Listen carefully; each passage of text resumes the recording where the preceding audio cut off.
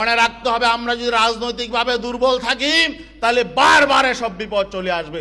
অতএব আজকে এই সেমিনারের মূল স্পিরিট হলো বাংলাদেশে সকল ইসলামী শক্তি, দেশপ্রেমিক শক্তি, বাংলাদেশের সকল মানবতার শক্তিকে আমরা এক কাতারে এনে আগামী জাতীয় নির্বাচনে আমরা বাংলাদেশকে গড়ে তোলার জন্য, মানুষের স্বপ্ন বাস্তবায়নের জন্য নির্বাচনে অবতীর্ণ হব ইনশাআল্লাহ। নাহমাদুহু ওয়া নুসাল্লি আলা রাসূলিল কারীম, আম্মা বা'দ, ফাআউযু বিল্লাহি মিনাশ শাইতানির রাজীম, বিসমিল্লাহির রহমানির রহিম।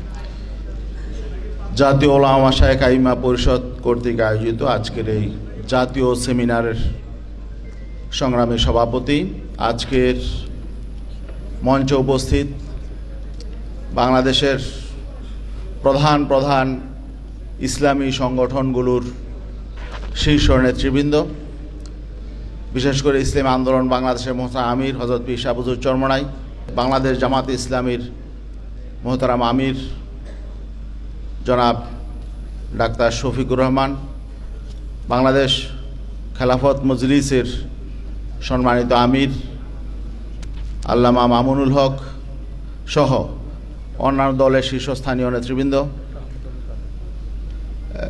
খেলাফত মজলিসের মহাসচিব ডক্টর আহমদ আব্দুল কাদের, ইসলামী ঐক্য জোটের সম্মানিত মহাসচিব মুফতি সাখাওয়াত হোসেন সহ অন্যান্য সম্মানিত নেতৃবর্গ, আজকে এই যে একটা বিষয় নিয়ে আমরা একত্রিত হতে পারলাম, এই জন্য আল্লাহ শুকরিয়া জ্ঞাপন করি, আলহামদুলিল্লাহ। আমি শুরুতে যে কথাটা বলতে চাই সেটা হলো যে আমরা যদি যারা দেশকে ভালোবাসি, ইসলামকে ভালোবাসি, মানুষকে যারা ভালোবাসি, আমরা যদি ঐক্যবদ্ধ না থাকি তাহলে এমন বিপদ আপদ, এমন সমস্যা, দেশ বিরোধী, ইসলাম বিরোধী বা মানবতা বিরোধী বারবার সামনে আসবে। এই জন্যে আমাদের মনে হয় আজকের এই মঞ্চ থেকে যে চমৎকার আমাদের নেতৃবৃন্দ এখানে উপস্থিত আছেন, একটি বার্তা যাওয়া উচিত যে আমরা দেশের জন্যে, দেশের মানুষের কল্যাণে, ইসলামের জন্যে আগামীতে আমরা ইনশাআল্লাহ ঐক্যবদ্ধ থাকব এবং আশা করি বাংলাদেশের মানুষ সেই প্রত্যাশা করে। বিশেষ করে জুলাই বিপ্লব, 5ই আগস্টের অভ্যুত্থান এর মধ্য দিয়ে মানুষের মধ্যে যে প্রত্যাশা জেগে উঠেছে, মানুষ অতীতের বিগত 53 বছর যেভাবে দেশ শাসন হয়েছে এটা চায় না। কারণ আজকে এই নারী সংস্কার কমিশনের যে প্রস্তাবনা এসেছে এটা কিন্তু নতুন কিছু নয়। 1979 সাল থেকে তৎপরতা শুরু হয়েছে। 1979 সালে যখন জাতিসংঘে অধিবেশনে সিডু প্রস্তাব পাশ হয়েছিল, তারপরে থেকে গোটা দুনিয়ার মুসলিম রাষ্ট্রগুলোতে মুসলমানদের কোরআন সংস্কারের জন্য বারবার জাতিসংঘ এই সমস্ত বিষয় চাপিয়ে দেওয়ার চেষ্টা করছে। মনে রাখবেন, এই নারী নীতি, এই নারী প্রস্তাব পাশ করতে হলে কোরআন সংস্কার করতে হবে। আমরা কি কোরআন সংস্কারের জন্য কাউকে অধিকার দেব না? এখানে অন্যান্য ধর্মের যারা রয়েছে তারা জানে তাদের ধর্মীয় গ্রন্থ সংস্কার হয়েছে, বিকৃত হয়ে গেছে, একমাত্র অবিকৃত আছে কোরআন। এই জাতিসংঘ এই সিডু সনদে মৌলিকভাবে 2 জায়গায় আঘাত করা হয়েছে।